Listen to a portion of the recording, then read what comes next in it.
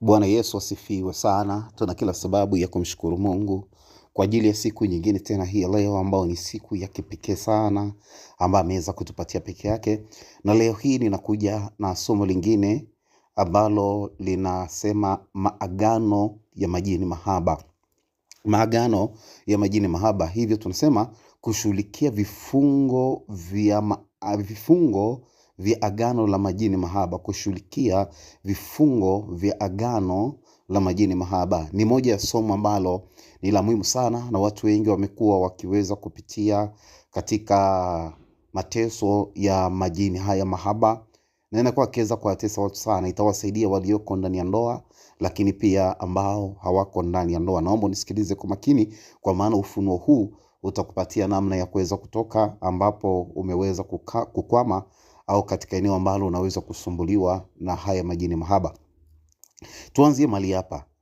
Majini mahaba ni nini? Majini mahaba ni nini? Tunaposema majini mahaba, ni nguvu za giza za uzinzi. Ni nguvu za giza za uzinzi zinazovaa umbile la kiubinadamu na kushiriki tendo la ndoa na mwanadamu katika ulimwengu wa roho, wa ndoto, na mara nyingine waziwazi. Naomba nirudie kwa kuelezea. Ni nguvu za giza za uzinzi. Ni nguvu za giza za uzinzi. Cha kwanza ni nguvu za giza ambazo zinahusiana na masuala ya uzinzi, ambapo nguvu hizi za giza zinakuja mara nyingine zikiwa zimevaa umbile la kibinadamu. Na ndiyo maana mara nyingi watu wengi ambao wanakuwa wanateseka na hizi nguvu za majini mahaba, wanawaona wanakuja mara nyingine na umbile la kibinadamu. Kuna wengine wanaweza kumuona anakuja kama mwenza wake. Mwingine ni mwanamke, anamuona mara kwa mara anakuja mtu kama mume wake, anakutana naye katika ulimwengu wa roho, ndoto, katika ndoto. Lakini mwingine anaweza kumuona anakuja ni kama mke wake, anaweza kulala naye na ni mara kwa mara. Na mwingine mara nyingine anaweza kusikia kabisa kama mtu amekuja ameweza kumgusa, akimuuliza mume wake anamwambia hapana, mimi sijakugusa. Au mwanaume akimuuliza mke anamwambia hapana bwana, mimi sijakugusa. Na wengine anapomuona anakuja mtu wa namna hiyo, wanajikuta kwamba hata akiamka ni kama alikuwa katika ile situation kabisa, alikuwa kwenye ile situation au katika mazingira namna hiyo, ni kama vile ilikuwa uasilia. Na wengine mpaka wameweza kutorokwa na marafiki. Kwa sababu gani? Akilala kitandani usiku ni shughuli kama mtu yuko waziwazi kabisa kwenye kushiriki tendo la ndoa, lakini kumbe kuna mtu ambaye, au kuna roho inakuja ilovaa umbile la kibinadamu katika ulimwengu wa ndoto na kuweza kushiriki naye tendo la ndoa. Lakini mwingine anaweza kuona ni anakuja mtu ana sura ya rafiki yake, anaweza kumuona amekuja ni kama rafiki, mara nyingine rafiki ambao ameweza kushibana, au hata ni rafiki wa zamani. Mwingine anaweza kumuota ni ex wake, mtu ambaye alishakuwa naye kwenye mahusiano, anaweza kumtokea kwenye ndoto na kuweza kulala naye. Na wengine wanaweza kugombana na watu, wanasema huyu fulani ameniloga, huyu fulani ananilega katika ulimwengu wa ndoto, lakini kumbe sio yule mtu anakuja kwenye ndoto. Kumbe ni roho inavaa sura ya umbile la kibinadamu, alafu anakuja kulala nawe angali unapokuepo katika usingizi au kwenye ndoto. Lakini mtu mwingine, kuna wengine wanaota ni mtu siyemjua kabisa. Leo anakuja na sura hii, kesho anakuja na sura ile, kesho siku nyingine anakuja na sura nyingine, wanakuja na sura tofauti. Lakini mara nyingine ni mtu anakuwa anakuja na sura moja tu. Ni mtu kiwasilia haumjui, lakini anakuja na sura moja mara kwa mara. Anakuja na sura moja tu, unakuwa unamuona ni mtu fulani, lakini huyo mtu mjui, huyo mtu hujui. Na imeshakuwa ni mazoea, sura huyo mtu inakuja. Lakini mwingine anaota ni mtu labda ni mgeni, mwingine anaota ni Mwarabu, mwingine unakuta anaota ni mzungu, mwingine anaota ni Mwindi, mwingine anaota labda ni ngozi nyeusi kama kawaida. Kwa hiyo wengine wanakutana na watu tofauti wanaweza kuwatokea katika ndoto. Kuna mwingine anaweza katokewa mwingine kabisa unakuta anaota ni mtumishi, au unakuta kila mahali anapoenda kuombewa kwa habari ya majini mahaba, usiku anaona kama yule mtumishi anakuja kuweza kulala naye, lakini ni mapepo yanakuta anavaa sura ya wale watumishi, kwa sababu anakuja na kuweza kukutana naye. Lakini kuna wengine wanaota ni wanawake wenzao, ni wanawake kwa wanawake, anaota mwanamke mwenzake anakuja alafu anaweza kusagana naye. Lakini kuna mwingine anaota ndoto anakuja ni mtu anamuingilia kinyume na maumbile, ni mwanamke anaingiliwa na mwanaume kinyume na maumbile. Na kuna wanaume wengine, na mara nyingi hii inawatokea hata wanafunzi na vijana wadogo sana, ni mtu yuko shuleni au ni mwanaume kawaida anaota mwanaume mwenzake anakuja na kuweza kumuingilia, anakuja na kuweza kumuingilia katika ulimwengu wa ndoto. Haya yote tunasema ni majini mahaba. Haya yote tunasema ni majini mahaba, ni majini mahaba. Lakini kuna wengine inafika mahali inakuwa ni waziwazi, inaanza katika ulimwengu wa roho wa ndoto, alafu inafika mahali inakuwa waziwazi kwa maana ya kwamba mwingine anashajua, linafika mahali linamtokea kabisa live akiwa ndani na anajikuta kwamba anaweza kulala naye.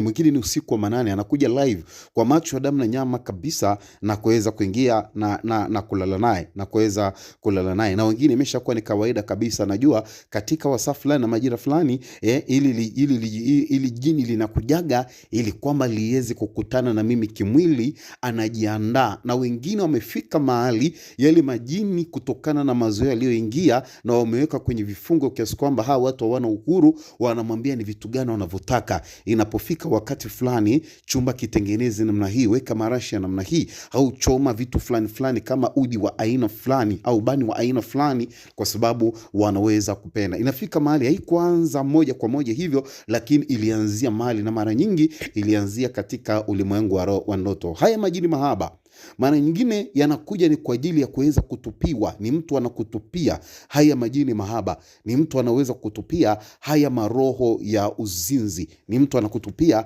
haya maroho ya uzinzi. Anapokutupia ana kusudi lake, kuna kitu ambacho anatafuta, nini tutaona. Lakini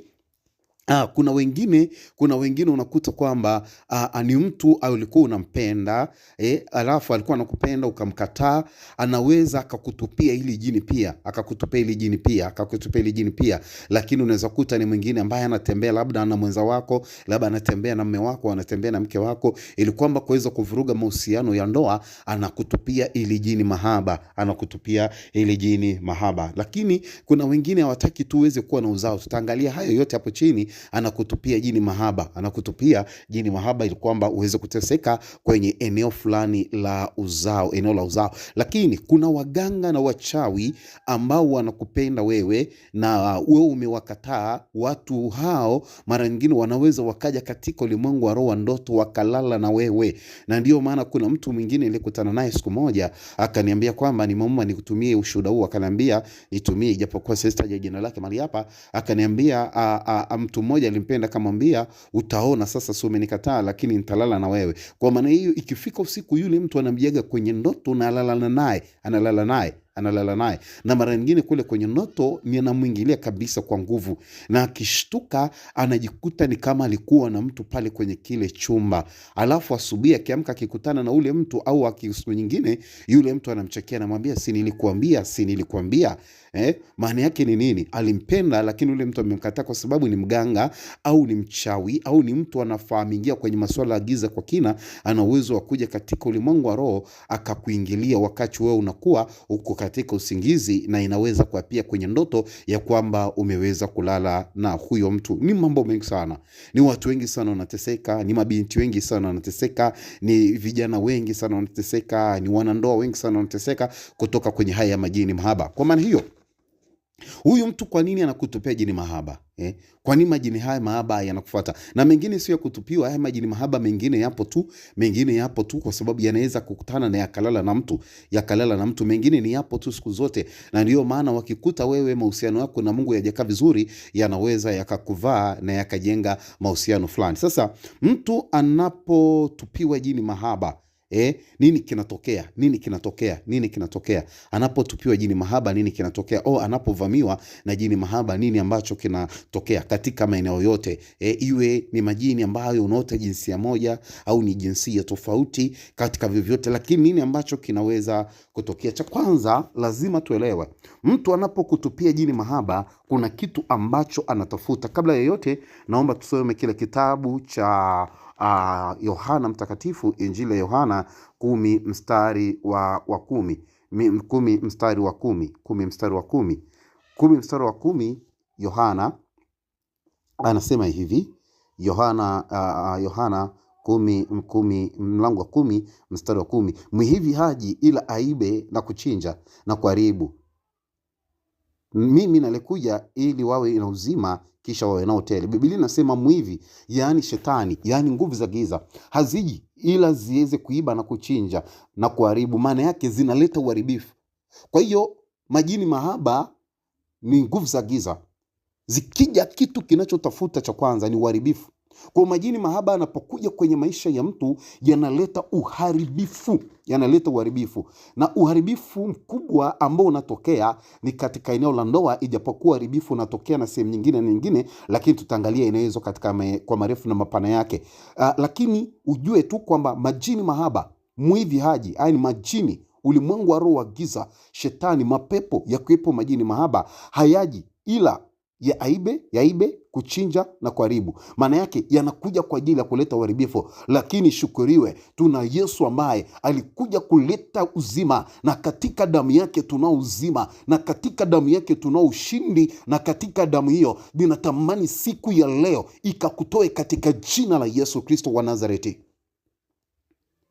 Hebu kabla sijaenda mbali sana, hebu tufungue na kile kitabu cha Hosea 4:12. Hosea 4:12. Hosea 4:12 anasema hivi: watu wangu hutaka shauri kwa gongo lao, na fimbo yao huwahubiria mambo, maana roho ya uzinzi imewakosesha. Sikia, roho ya uzinzi. Majini mahaba ni roho ya uzinzi. Hosea 4:12 hapa anasema maana roho ya uzinzi imewakosesha. Kwa maana hiyo roho ya uzinzi, majini mahaba yanapotupwa kwenye maisha ya mtu, maana yake ni kwamba yanakuja kwa ajili ya kuweza kukukosesha nini? Yamkini kwenye eneo la ndoa, yamkini uzao, yamkini uchumi, yamkini afya na maeneo mengine ambayo tutaweza kuangalia. Lakini pia Hosea 5:4 anasema hivi: matendo yao hayatawaacha kumgeukia Mungu wao, maana roho ya uzinzi imo ndani yao. Ya kwamba matendo yao hayataacha kumgeukia Mungu yao, kwa maana roho ya uzinzi imo ndani yao. Kwa maana huyu mtu ndani yake kuna roho ya uzinzi, hataweza kuelekea matendo yaliyo mema. Maana yake jini mahaba linapokuja na kuweza kumvaa mtu, haitamwacha huyu mtu aweze kuelekea katika yaliyo mema. Atatamani mema, hataweza kuona mema. Atatamani furaha, hataweza kupata furaha. Atatamani ndoa nyamani, hataweza kupata ndoa nyamani. Atatamani aweze kuwa na uzao, hataweza kupata uzao. Atatamani aweze kuoa ama kuolewa, hataweza. Kwa sababu gani? Roho ya uzinzi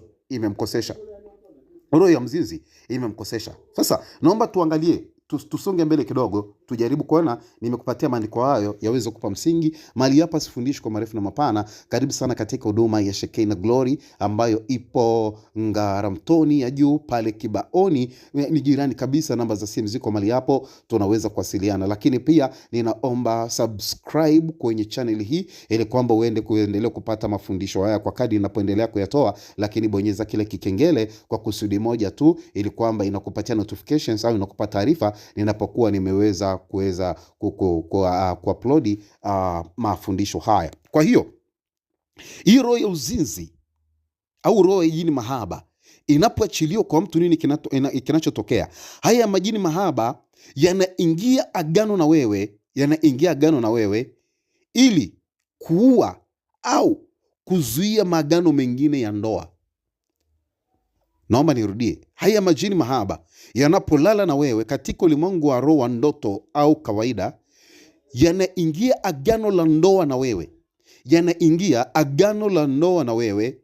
ili kuua na kuzuia maagano mengine ya ndoa. Yanaingia agano la ndoa na wewe ili kuua na kuzuia maagano mengine ya ndoa. Hebu fungua kitabu kile cha Wakorintho wa kwanza 6:16. Wakorintho wa kwanza 6:16. Wakorintho wa kwanza 6 mstari wa 16. Wakorintho wa kwanza 6 ule mstari wa 16 anasema hivi: au hamjui ya kuwa yeye aliyeungwa na kahaba ni mwili mmoja naye? Je, au hamjui ya kuwa yeye aliyeungwa na kahaba ni mwili mmoja naye? Maana asema wale wawili watakuwa mwili mmoja. Anasema hivi, naomba nifafanue. Amjui ya kuwa aliyeungwa na kahaba ni mwili mmoja naye? Aliyeungwa na kahaba ni mwili mmoja naye? Anauliza swali. Alafu anasema, maana asema hivi, wale wawili watakuwa mwili mmoja. Alichokuwa anazungumzia hapa Mtume Paulo kwenye kitabu cha Wakorinto, alikuwa anazungumza kutokana na jiografia na mazingira pale Korinto ambayo sina muda kuelezea, lakini ni watu ambao walikuwa wako kanisani lakini bado walikuwa wanaenda kununua makahaba, na wengine walikuwa kwenye ndoa. Kwa hiyo anawaambia kwamba, je, hamjui mtu akienda kulala na kahaba anakuwa mwili mmoja na kahaba? Maana yake ni kwamba, anachomaanisha, mtu mmoja na mtu mwingine wanapokutana kimwili, maana yake ni kwamba nafsi zao zinaungamanishwa katika ulimwengu wa roho. Sio roho zao, nafsi zao zinaungamanishwa katika ulimwengu wa roho. Nafsi zao zinaungamanishwa katika ulimwengu wa roho. Okay, ngoja nikupe namna hii. Tendo la ndoa tunaita mwanaume na mwanamke wanapokutana, baba na mama, tunasema wanashiriki tendo la ndoa. Tendo la ndoa. Kwa nini tendo la ndoa? Ni tendo la ndoa kwa sababu linatakiwa lifanyike ndani ya ndoa. Ndoa ni agano, maana yake linafanywa ndani ya agano. Ndio maana tukaliita tendo la ndoa. Kwa sababu gani? Linafanyika ndani ya agano. Maana yake ni kwamba watu wanapokuwa wanafunga ndoa, wako kwenye kufunga ndoa. Sisi tunapowafungishia ndoa vijana, tunakaa nao, na tunapokaa nao tunawaambia kwamba waweze kupanga tarehe ya ndoa ambayo haianguki kwenye mzunguko wa mwanamke. Maana yake nini? Wanapofunga ndoa kanisani, ile ndoa inaenda kukamilishwa na honeymoon. Maana yake ni kwamba wanapoenda kukutana wale wawili honeymoon, maana yake ni kwamba kile kilichofanyika madhabahuni kinaenda kualalishwa na tendo la ndoa. Maana yake ni kwamba nafsi ya huyu na nafsi ya huyu zinaweza kuungana kwa pamoja. Na ndio maana anasema hivi, ndio maana akasema hao wawili wanakuwa mmoja, wanakuwa mwili mmoja. Kwa mfano, kijana akilala na binti huyu, au kijana huyu akilala na kijana huyu, na kijana huyu na kijana huyu, au amelala na vijana 10, maana yake katika ulimwengu wa roho amejiungamanisha nafsi yake na vijana wengine 10. Anapotaka kuja kuoa au kuolewa, sio rahisi kuoa ama kuolewa. Kwa sababu gani? Katika ulimwengu wa roho amekwisha kujiungamanisha na nafsi kadha wa kadha za watu kadha wa kadha, na za watu kadha wa kadha. Na ndio maana mtu akilala na mtu ambaye ana roho ya umaskini, maana yake ni kwamba amejiungamanisha na ile roho ya umaskini katika ulimwengu wa roho, kwa sababu ni nafsi mbili ambazo zimeweza kuungana. Na ndio maana kuna watu wanashangaa, kwa nini maisha yangu yanaharibika? Lakini akikaa chini na kujitathmini vizuri, anakuja kuangalia tokea wakati ambapo ameanza tabia ya kuweza kushiriki mahusiano ya ngono na watu wengine. Maana yake ni kwamba alijiungamanisha na watu waliokuwa na roho tofauti tofauti. Maana yake zile roho zinakuwa sehemu ya maisha yake. Kama mtu alikuwa na roho ya umaskini, na yeye anakuwa na roho ya umaskini. Kama mtu alikuwa na roho ya ulevi, atajikuta alikuwa anaenda na roho ya ulevi. Kama alikuwa na nuksi, atajikuta na yeye anakuwa na nuksi. Kwa maana hiyo, ndio maana tunapokaa na vijana wakati wanapoelekea kwenye ndoa, tunajaribu kuwauliza, kuna maeneo ambayo wamekwisha kuweza kurukaruka huku na kule. Kama wameruka, maana yake ni kwamba tuingie kwenye maombi maalum ya kumdisconnect na sehemu zote ambapo aliweza kujiungamanisha. Maana yake ni kwamba aweze kuwa safi. La sivyo, akiingia kwenye ndoa kwa namna hiyo, maana yake ni kwamba kuna roho zinapata uhalali, zinamwambia kwamba hata hiyo ndoa yako, kwa maana kwamba ulishajiungamanisha nafsi zako na watu wengi. Sasa jini mahaba linapolala na wewe katika ulimwengu wa roho, maana yake ni kwamba linajiungamanisha kwenye agano la ndoa na wewe. Linaingia kwenye agano la ndoa na wewe. Sasa linapoingia kwenye agano la ndoa na wewe, nini kinatokea? Kama huyu mtu mfano yuko kwenye ndoa, linapoingia na wewe, au mtu anapokutumia hilo jini, maana yake ni kwamba linaingia agano na wewe. Likiingia agano na wewe, litavunja ndoa ulionayo, kwa sababu linasema yeye ndio anayekumiliki. Hata taka kujua kwamba ulishaolewaga, lakini kwa sababu umetumiwa jini mahaba, ambapo likaja likajiungamanisha nafsi yako na yeye katika ulimwengu wa roho kwa njia ya ndoto, maana yake ni kwamba linasema lina uhalali na wewe. Na ndio maana huyu mtu anataka kuvuruga ndoa yako, kuyua, atakapokutumia kazi yake, ili jini likisha jiungamanisha na wewe litaanza kupambana liweze kumuua yule mume ulionaye au mke ulionaye. Na kama sio kumuua, maana yake nini? Mara nyingine atahakikisha hiyo ndoa inavunjika. Hiyo ndoa inavunjika. Na mara nyingine sio kuvunjika, hiyo ndoa haitakuwa na amani. Kwa sababu gani? Atasema ya kwamba yeye ndio anayekumiliki wewe. Kwa hiyo hata kubali ya kwamba uweze kuishi kwenye maisha ya ndoa yenye amani. Hata kubali uweze kuishi kwenye ndoa yenye amani. Lakini sio hivyo tu. Matokeo yake ni nini? Watu wengi wanapotupiwa majini mahaba, ghafla, mbali na ndoa kuvunjika, mbali na ndoa au mtu kufa kwenye ndoa, mbali na amani kuonekana kwenye ndoa, mara nyingine inaleta changamoto wa kupata mtoto. Maana yake ni kwamba hili jini linasema lina uhalali na wewe katika ulimwengu wa roho, lina uhalali na wewe ni wake. Na ndio maana wengine wenye haya majini mahaba wanafika mahali wanapata magonjwa ya vizazi, wanashindwa kuweza kupata watoto. Wakienda hospitalini wanakutikana na uvimbe. Sio kila uvimbe watu walionao ni uvimbe ambao unatokana na magonjwa. Uvimbe mwingine ni kwa sababu ya majini mahaba ambao yameweza kuwatawala hao watu. Maana yake imeingilia kati ndoa na hawatakubali uweze kupata mtoto na mwanaume ulionaye. Na ndio maana katika damu ya Yesu Kristo wa Nazareti ambao unanisikiliza, ninaachilia damu ya Yesu. Haijalishi wamekufunga namna gani, haijalishi umekaa muda gani hujapata mtoto, haijalishi una mauvimbe namna gani, damu ya Yesu ikukomboe, damu ya Yesu ikukomboe, damu ya Yesu ikukomboe, damu ya Yesu ikukomboe. Raprakazekeri kanta rapakoria manta rapako, riprekezeke sheke sekeri anta rapako, katika jina la Yesu. Kwa maana hiyo, wengine ili jini mahaba linapokutawala halitakuruhusu uweze kufurahia tendo la ndoa kutoka kwa mwenza wako. Na wengine wanafika mahali nasema hivi, mimi siwezi kufurahia, mpaka wengine wanagombana wenyewe kwa wenyewe ndani ya ndoa.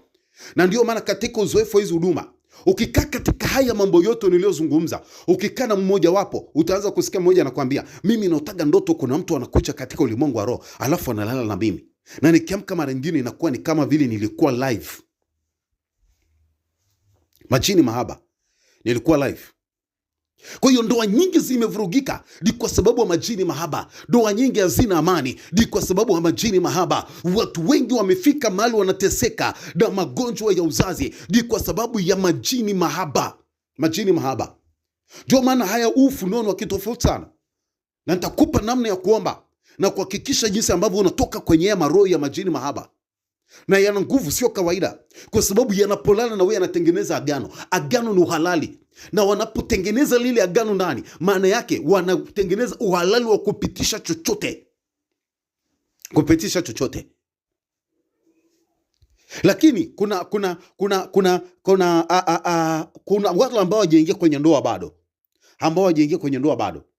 Unakuta vijana wanateseka, binti ni mzuri, haolewi. Lakini muulize, unaotaga ndoto gani? Anakuambia, mimi usiku kuna watu unaotaga wanakuja wanalala na mimi, wanashiriki tendo la ndoa na mimi. Maana yake kuna jini limeshamuoa. Au wengine wamekuta kwamba wameoa jini katika ulimwengu wa roho. Maana yake lilikuja jini la kike likaweza kulala naye. Halitamruhusu aweze kupata mwanaume wa kawaida. Kwa sababu gani? Yeye anasema, mimi ndio ninayekumiliki. Hakuna mwanaume mwingine ambaye anaweza kuja kwenye maisha yako. Ndio maana kila siku atajikuta anaachika, ataweza kuchumbia. Anapofikia wakati wa kwenda kutambulishana au anafikia wakati wa kufunga ndoa, mambo yanaweza kuharibika. Hata wakiwa kwenye mahusiano, hayo mahusiano ya dumu, kila siku ni vurugo, kila siku ni ugomvi. Maana yake kuna jini mahaba limesimama katika ulimwengu wa roho, kwa sababu anasema hakuna wanaume wawili wanaweza kumuoa mwanamke mmoja. Ndio wanachukulia kwamba yeye ndio anayekumiliki katika ulimwengu wa roho. Hakuna mwingine ambaye anaweza kupata nafasi. Ninatangaza katika damu ya Yesu kupitia ufunuo, kila ambaye amekushikilia jini mahaba ambalo limetumwa kwako, likakuachie katika damu ya Yesu, likakuachie katika damu ya Yesu, likakuachie katika damu ya Yesu, likakuachie katika damu ya Yesu. Ninasema likuachie kwa damu ya Yesu. Loi, kuna mabinti hata ambao hawajaingia kwenye ndoa wala hawajakuolewa, wana shida kwenye mifumo ya uzazi. Wanaenda hospitalini, wamefanywa operation, shida haziondoki, shida iko pale pale. Wengine hata shida ziondekaniki. Kaa chini, ongea nao, wanakuambia hivi ni majini mahaba, wanaota ndoto ya majini mahaba, majini mahaba. Wacha hiyo. Kuna wengine, na ndio maana ukishika ufunuo vizuri na ukisimama, ndoa yako itapona. Ambao hujaingia kwenye ndoa, utapata ndoa na utakutana na mwenzi wa maisha sahihi. Lakini kuna wengine wanatupiwa jini mahaba, ambalo ni jini la ukahaba au umalaya. Maana yake ni kwamba yeye atajikuta anafurahia kufanya ukahaba. Atajikuta ni kwamba haridhiki kuwa na mwanaume mmoja au mwanamke mmoja.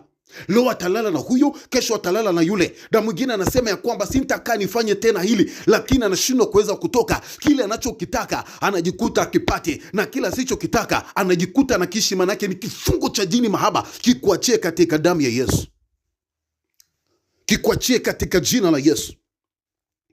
Wengine wanaota ni mwanamke mwenzake anakuja na lalane katika ulimwengu wa ndoto. Watu kadha wa kadha nimekutana nao katika huduma za deliverance. Wanakuta ni mwanamke kwa mwanamke, anakuambia yamfurahia mume wake, lakini anafurahia akikutana na mwanamke mwenzake wakisagana. Unamuuliza imeanzia wapi? Anakuambia ilianzia kwenye ndoto. Anaota kuna mtu anakuja, kuna mtu anakuja. Maana yake ni kwamba yule mwanamke mwingine alikuwa anakuja naye katika ulimwengu wa roho ni jini mahaba la kusagana. Wengine ni majini mahaba ya ushoga.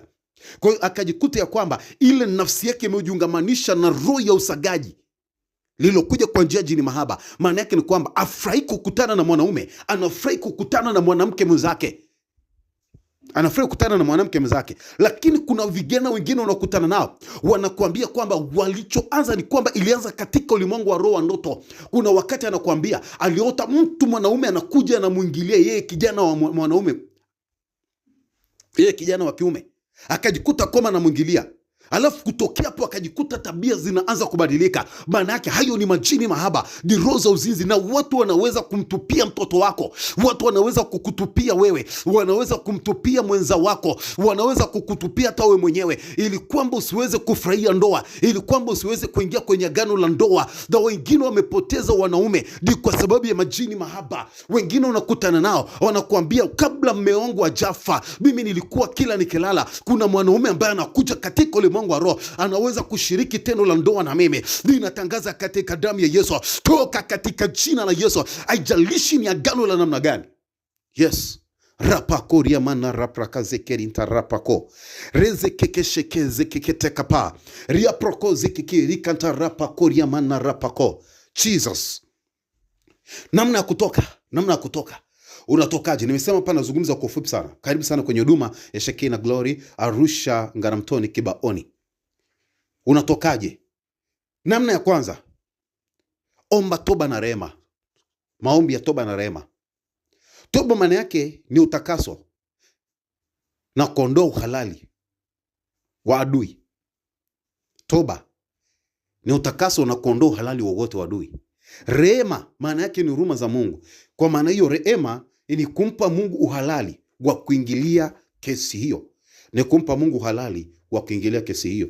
Na ikiwezekana chukua hatua ya kufunga maombi ya siku 7. Funga maombi ya siku 7. Funga maombi ya siku 7. Alafu tumia siku 3 kwenye eneo la toba na rehema. Toba na rehema, toba na rehema. Toba na rehema. Maana yake ni kwamba toba inakusamehe mwenyewe, Mungu anakutakasa, lakini pia inaondoa uhalali wa adui kwenye maisha yako.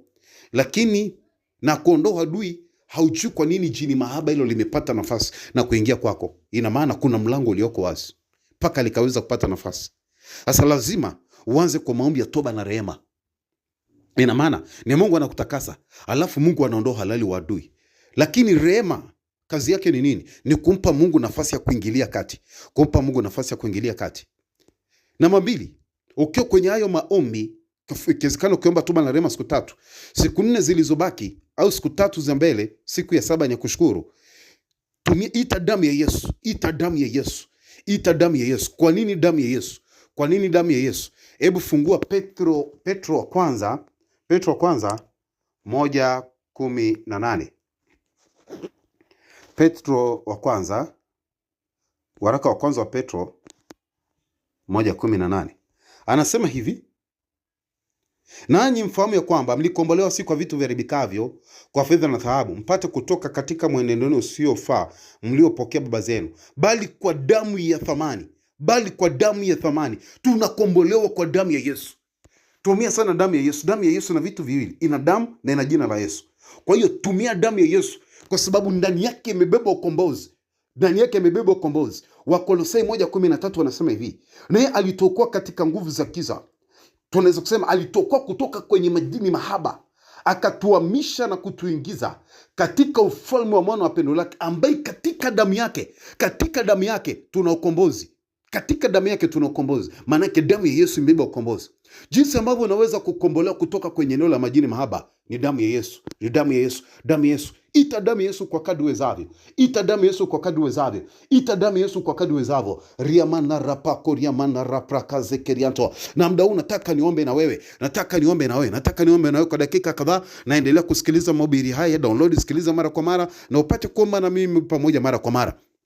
Kwa damu ya Yesu Kristo wa Nazareti. Yesu, ninasogea mbele zako Bwana. Ninakuja mbele zako kwa ajili ya mwanandoa huyu. Ninakuja mbele zako kwa ajili ya kijana huyo. Ninakuja mbele zako kwa ajili ya watoto hawa Bwana. Ninaomba toba na rehema kwa uhalali wowote ambao adui ametumia katika ulimwengu wa roho na kupata nafasi na kuingia kwenye maisha yao, katika jina la Yesu Kristo. Kwa damu ya Yesu, kwa damu ya Yesu, ninaomba toba na rehema kwa habari ya mlango wowote ambao umesimama katika ulimwengu wa roho, majini mahaba yakapata nafasi ya kuingia kwenye maisha yao. Kwa damu ya Yesu, yakaleta uharibifu kwenye ndoa, yakaleta uharibifu kwenye matumbo ya uzazi, yakaleta uharibifu kwenye mahusiano, yakaleta uharibifu kwenye uchumi, yakaleta uharibifu Bwana kwenye mahusiano ya kifamilia. Kwa damu ya Yesu. Yesu, naomba toba na rehema. Yesu, naomba toba na rehema. Yesu, naomba toba na rehema. Omba. Ninaomba toba na rehema Bwana, kwa damu ya Yesu, kwa damu ya Yesu. Ninaomba toba na rehema ambayo inaondoa uhalali wa adui mwovu shetani, na rehema ambayo inakupatia wewe nafasi ya kuweza kuingilia kati, kwa damu ya Yesu, kwa damu ya Yesu. Yesu, nakuita Bwana kwa damu yako. Yesu, nakuita Bwana kwa damu yako. Kwa damu ya Yesu, kwa damu ya Yesu. Hiyo damu ya Yesu inapita. Hiyo damu ya Yesu inapita. Hiyo damu ya Yesu inapita. Hiyo damu ya Yesu inapita. Hiyo damu ya Yesu inapita. Hiyo damu ya Yesu inapita. Hiyo damu ya Yesu inapita. Ndio, katika damu ya Yesu. Yesu anapita. Hiyo damu ya Yesu inapita. Inakutenga na majini mahaba. Inakutenga na majini mahaba. Huyu ambaye anakuja katika ulimwengu wa ndoto usiku, damu ya Yesu inapita.